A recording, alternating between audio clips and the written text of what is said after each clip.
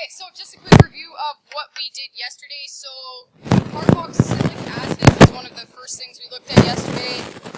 What makes something a carboxylic acid? Does anybody remember? COOH, right? And so it's this functional group, COOH. In terms of what it looks like on the molecule, the carbon double bonded to an oxygen and then single bonded to an OH. And then the rest of this side chain is right here. And so, as an example, if I wanted to do hexanoic acid, it would look like this. 1, 2, 3, 4, 5, 6. Let's do 2-methyl hexanoic acid. On one of the ends, it doesn't matter what, I'm going to have that double bonded to an oxygen and to a hydroxide.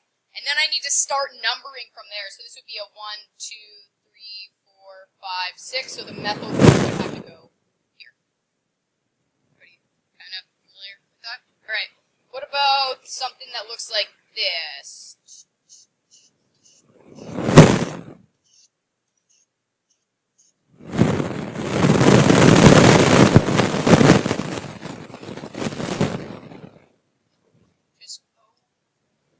Oh, sorry, this is it. Oh, yeah.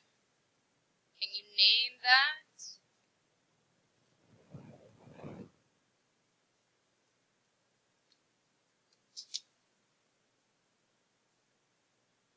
How many carbons in the main chain? 8. So 1, 2, 3, 4, 5, 6, 7, 8. So that would become octane. And then because there's a carboxyl group on either end, it's a octane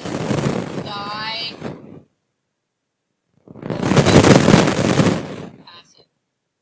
I also would need to include this group here. So this is a 1, 2, 3, 4 carbons. And so that would be a 4-ethyl or methyl or propyl. Ethyl, right? This carbon and this carbon are part of that side chain. So 4-ethyl iodic acid.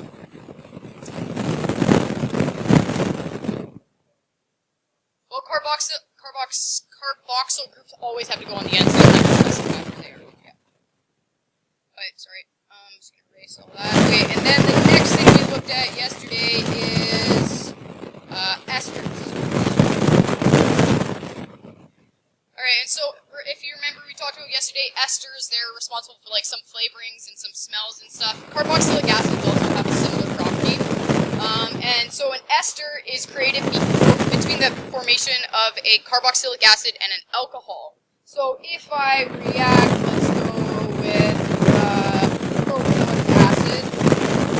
So propanoic acid reacts with ethanol.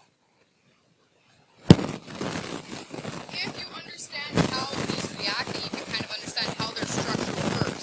And so if I'm going to draw a propanoic acid, so 1, 2, 3, so 1, 2, 3, on one of the ends I would have my carboxyl group, and then I'd have hydrogens attached. And ethanol is a 2-carbon with a hydroxide group, where it doesn't really matter. And so what happens in this, we also usually have, if you ever see, there has to be sulfuric acid. Usually in order to make an ester, you have to have sulfuric acid present in order for that to happen. Sometimes heat as well. What's going to happen is the hydroxide, the hydroxides and the hydrogen from the alcohol. So the hydroxides from the propanoic acid and the hydrogen from the ethanol come together. They dehydrate. So I would be producing water over here. And I would be producing my ester, which would look like this. So I'd have the carbon to the carbon to the carbon, double bonded to an oxygen. And then these guys come together right here. So I'd have single bonded to an oxygen, to a carbon, and then my hydrogens from there. And now looking at naming this, if you remember naming it from yesterday, the first part of the name comes from what? The alcohol. And so this portion right here is the alcohol, so that was ethanol. So we would name this as an ethyl. And then the second part of the name comes from the carboxylic acid, which in our case was propanoic acid. That becomes, we change the ending of that oic acid to propanoate. So methylpropanoate. Pardon me? If there was a side chain on the carboxylic acid, the only place for it to add into would be right here. Right? I couldn't add it on the end because then that changes it from a propanoic acid to a propanoic acid if I add it here. So I wouldn't want to add it there. And I can't add it here. Why? It's already full, right? It already has that full octet, so I can't add it there. So the only place I could add side chains would be right there. In front it would be like a methylpropanoic acid. And there, they would give you a number because there's only one place it could go. Any questions? Yesterday? Okay, let's do that. So homework, what number is that? Okay, so they're getting time to work on homework 8 right now. Okay, so just a quick review of everything. Oh, sorry, microphone. That we've looked at so far. So you have to be able to like look at a molecule and identify what it is and what it is. From there, you can figure out how to name it. So we have alkanes, which is single bonds. Alkenes has double bonds. Alkynes has a triple bond. And you change that name based off of like the suffix, is that the correct English term for it, of the carbon chain according to whether it's an alkane, alkene, or alkyne. All of these are considered aliphatic. Aromatics are anything that has a benzene ring in it, and quite a few people on the test were a little bit confused with the benzene ring. Benzene rings look like this, or they look like this. This is not like a cycloditriene something, whatever, so Soviet say. So anything that has that benzene ring in it is an aromatic. Organic halides are where we have some sort of side chain and then a halogen attached to it. Make sure you're paying attention to those and naming them. I means iodo, not bromo or fluoro, whatever you decided to name those, some people. Alcohols have that OH hydroxide in it. Carboxylic acids have C double bonded to an O and to an OH. Those will always occur at the end of a molecule. And the last one that we just looked at is an ester group, which occurs in the middle of a molecule. So you'll have a carbon double bonded to an oxygen, single bonded to an oxygen, and then the chain is on both sides of that. That's how you can identify your ester. Okay, so really quickly, here are the following structural diagrams for 4 organic compounds with common industrial uses. So which one of them have a ester functional group in that? Does number 1 have a ester functional group? No. What about number 2? Yes, it's right here. That's my ester functional group. There's a double bonded to an oxygen to an oxygen. Single bonded to an oxygen right there. Yeah. Oh, you can't make it out from there. The next one, what about this? Does this have a number 3? Yeah, right here. And right here. It actually has 2 ester functional groups. What about number 4 here? Does it have an ester functional group in it? No, it does not, right? It has to be on this double bond to the oxygen and the single bond to the oxygen have to be on the same carbon. And so that does not occur in this one. So my correct answer there is A then. They are trying to add this. I've seen it a few times where they put it like this. Sorry, ignore that. Where it looks like this.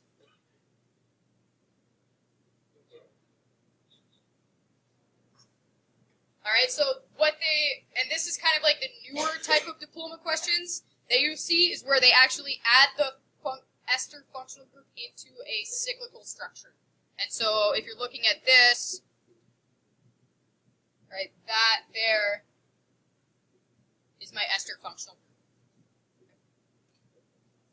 Whew. Next one. The correct statements about boiling points when the alkanes above are compared to their derivatives is what? Can you read that? Alright, double bonds increase the boiling point, or triple bonds increase the boiling point? Are those both true, one false? Triple bonds increase the boiling point, double bonds do not increase the boiling point. So double bonds decrease the boiling point then? Yes, so that's right, and then 4 is wrong. Hydroxyl functional groups increase the boiling point. True or false? True, right? That adds us dipole-dipole forces as well as hydrogen bonding.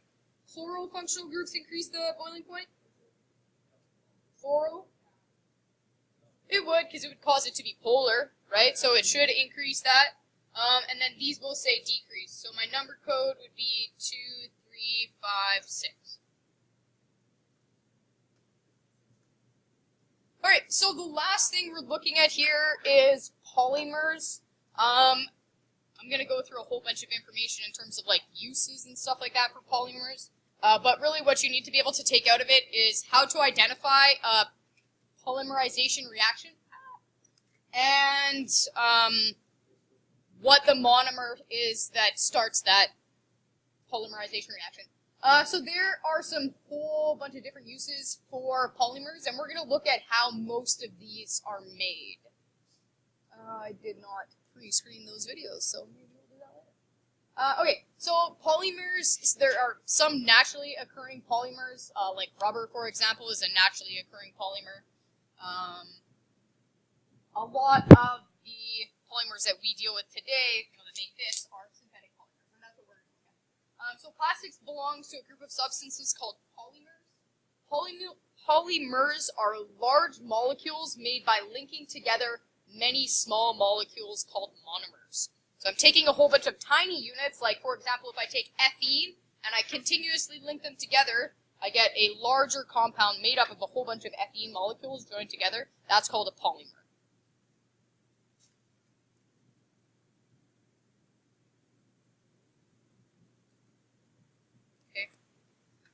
So different small molecules, depending on the type of monomer that you're adding together, will change the type of polymerization reaction you get.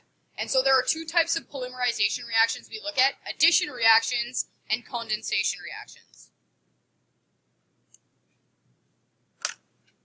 And the addition and condensation, these are two types of polymerizations.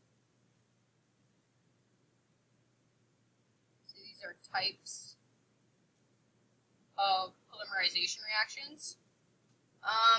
In order to undergo, let's say, an addition polymerization, what does that monomer probably have in its structure? Well, they all have hydrogen. They're hydrocarbons. But in order to undergo an addition reaction, what do you need in the structure of the monomer, or in the double bond? So these will have either a double or a triple bond in them. And if you have a condensation reaction, you probably have what in your structure? Not quite water, but OH, right? Right, and so you either have a double bond, if it's an addition reaction, to create a polymer, or a OH, which would undergo a condensation polymerization. And we'll look at the difference between the two here.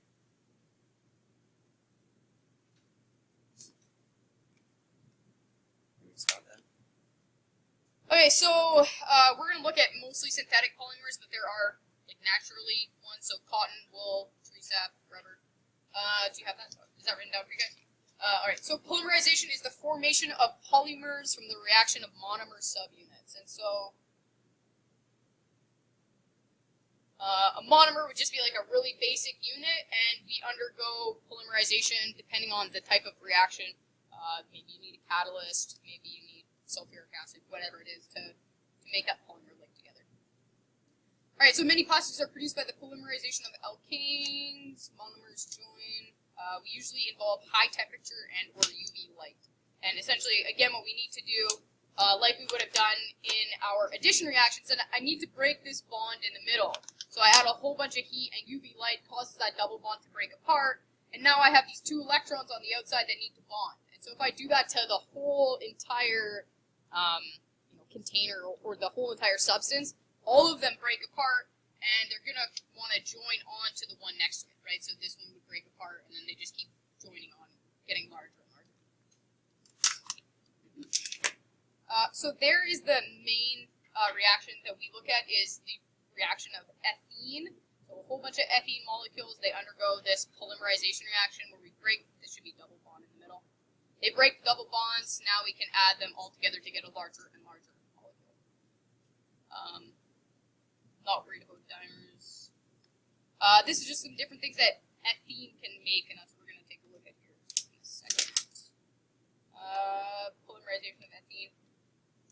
Alright, so just a few different uses for ethene. You have to, like some of the questions when you see the review here, you do have to know some of the uses of some of these, like alcohols are solvents, alkanes are usually some sort of fossil fuel, polymers can be used as what? And so that's what we'll look at here. So you have high density polyethylene, which is when they get up to 5,000 carbon units long, they become a very dense and thick and durable material. And so you can make like synthetic ice, bulletproof vests, and like synthetic limbs. You have high density polyethylene. I don't know. Do you need to write that stuff down? I wouldn't write too much of it. I'd say approximately 5,000 carbons long. And then give like one use of an example. Maybe that's probably all I would do. I guess I can underline the use, right?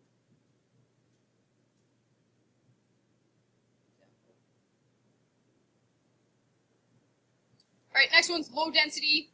So we have not nearly as many. We don't have 5,000 carbons put together, but still quite a bit. And some of these we have a little bit of a side branch, so they can't actually totally link together, like they can in the high density.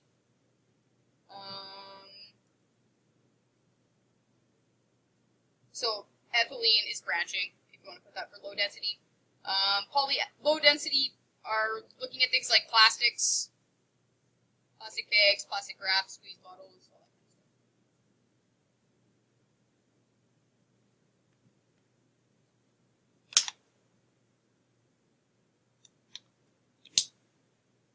So that branching in the monomer structure will make the molecules not get as close together, so you don't have nearly as a durable material.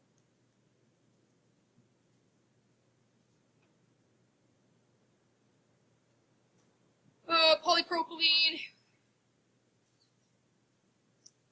Again, we're looking at when the ethene molecule has a now has a side chain on it, so I keep adding those together. These are used as carpets, ropes, underwear, dishwasher, safe dishes. And then the last one that we look at for ethene is polyethylene. So some of the hydrogen molecules have been substituted with halogens, or in this case chlorine.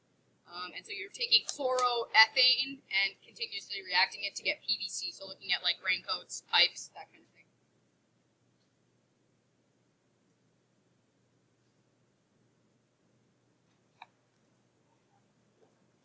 Yeah, that's fine. It's probably more for your information than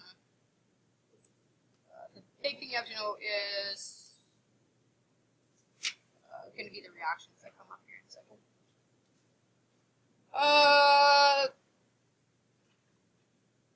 So styrofoam, right?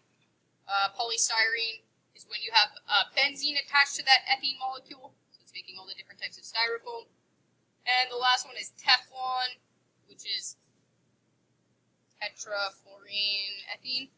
And so you add that together and it can get like all that tough, durable cookware. But that's kind of coming, you're using Teflon less and less because it breaks down easy, like when you're cooking and you scrape it, and then it's carcinogenic.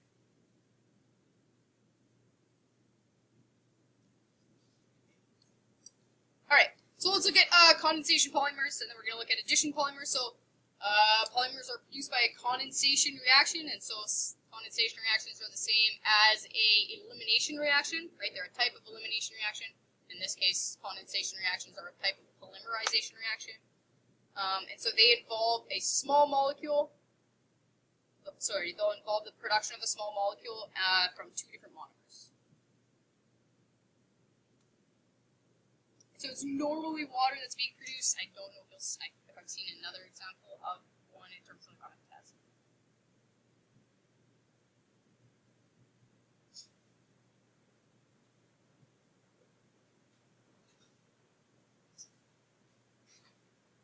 Right, the big thing to note here for these condensation reactions is obviously you're producing a small molecule, usually water, but when you're taking the two monomers and adding them together, they are two different monomer molecules.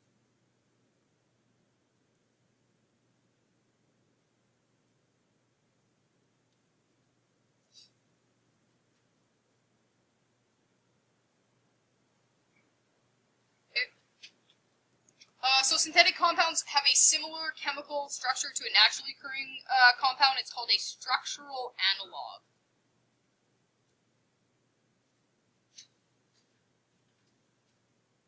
And so here's some examples. Naturally occurring product is a lipid. In real life, that's actually a polyester when we create a similar molecule. Proteins are similar to nylons, and carbohydrates are similar to cellulose polymers. So functional analogs are synthetic analogs that perform a similar function, or have the same function but a similar structure.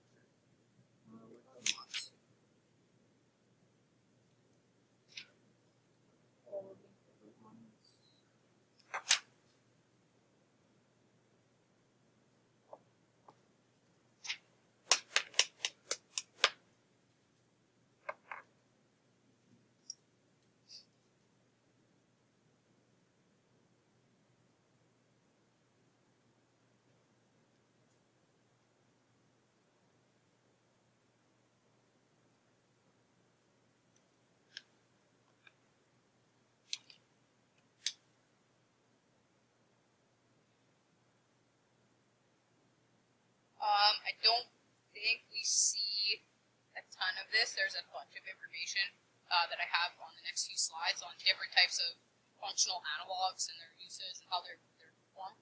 But that's not something I'm going to look into. Oh, does it? Oh. Okay. Do I have another one here? Sorry. Okay. Alright, so take a second, see if you can figure this out. So common organic reactions. So they give you 4 reactions. You can only use each one once. Which is which? Example 1, I have C2H4. Without me even drawing that out, I know it's a alkane, alkene, or an alkyne. Alkene, right? Because the number of hydrogens is double the amount of carbons. And then it reacts with hydrogen to produce an alkane. So what type of reaction is that? Addition reaction. So that's a number 1. Substitution reaction. Okay, never mind. Sorry, let's do the next one. So C2H5OH, so that's ethanol. It reacts to give me water and then ethene. What type of reaction is that? It's a elimination reaction, right? I eliminated the, kind of one of those. This is benzene is reacting with liquid bromine to produce a benzene ring, or a bromobenzene, and hydrogen bromine. What type of reaction is that? Substitution, right? The bromine and the hydrogen are switching places, so that's 3, and which means the last one has to be an esterification. If I look at this, this is a carboxylic acid reacting with methanol to give me the ester in water. I want to see if I have a next question back here. If not, I'm going to actually go through some homework questions with you, because I don't really like the way that I put out these slides.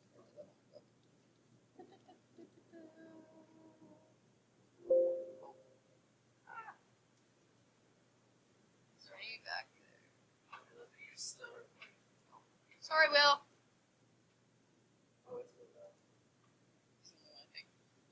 Oops. Homework.